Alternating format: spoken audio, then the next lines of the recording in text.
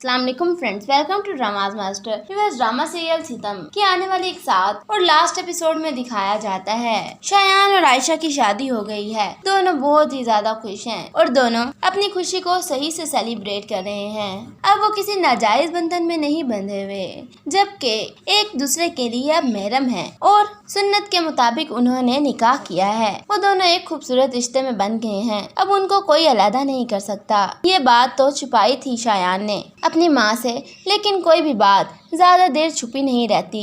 अब आखिरकार उसकी माँ ने भी उसका साथ दिया, लेकिन फ्रिया बहुत ही हंगामा खड़ा कर रही है। वो अपने घर वालों को कॉल करके सब बात बता देती है कि शायान ने शादी कर ली है और वो अपनी बीवी के साथ कहीं और है।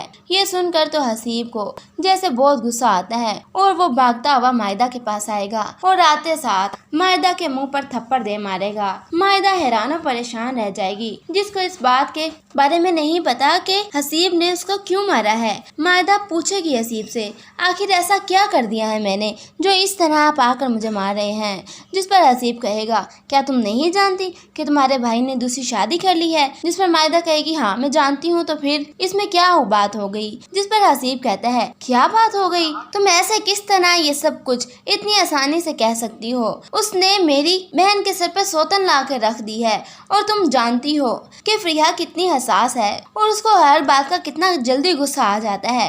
तुम सब ये सब कैसे कर सकते हो, कितनी खुदगर्ज और चालाक औरत हो तुम और तुम्हारी माँ। जिस पर मायदा कहती है, हसीब बस, मैंने बहुत सुन ली है आपकी बातें और आपकी माँ की भी, अब मजीद मैं ये सब कुछ बर्दाश्त नहीं कर सकती। जिस पर हसीब कहता है, तो फिर तुम क्या कर लोगी। और मायदा कहती है, मुझे आपसे बहस नहीं करनी। हसीब गुस्से में है और वहाँ से चला जाएगा और फिर अपनी माँ को सारी बात बताएगा। उसकी माँ भी बहुत परेशान है और रो रही है कि ये क्या हो गया।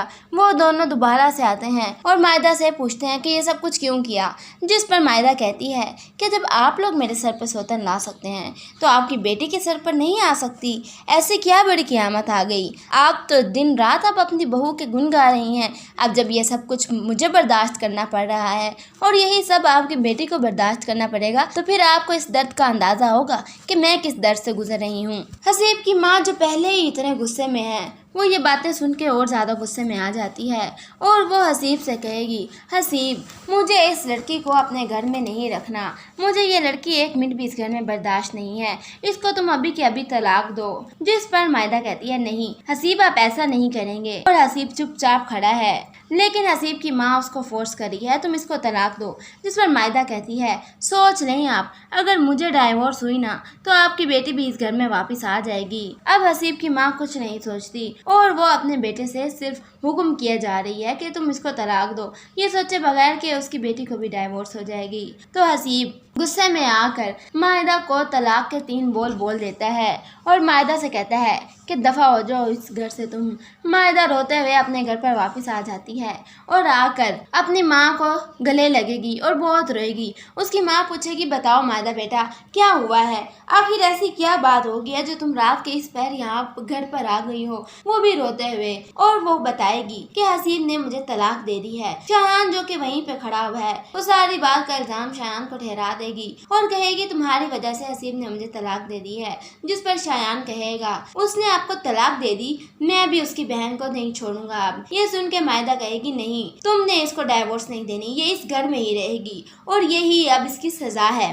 अब मायदा फ्रिया को डाइवोर्स नहीं होने देती और वो लोग फ्रिया को उस कमरे में ही बंद कर देते हैं। फ्रिया चीखती चिल्लाती रहती है, लेकिन कोई दरवाज़ा नहीं खोलता।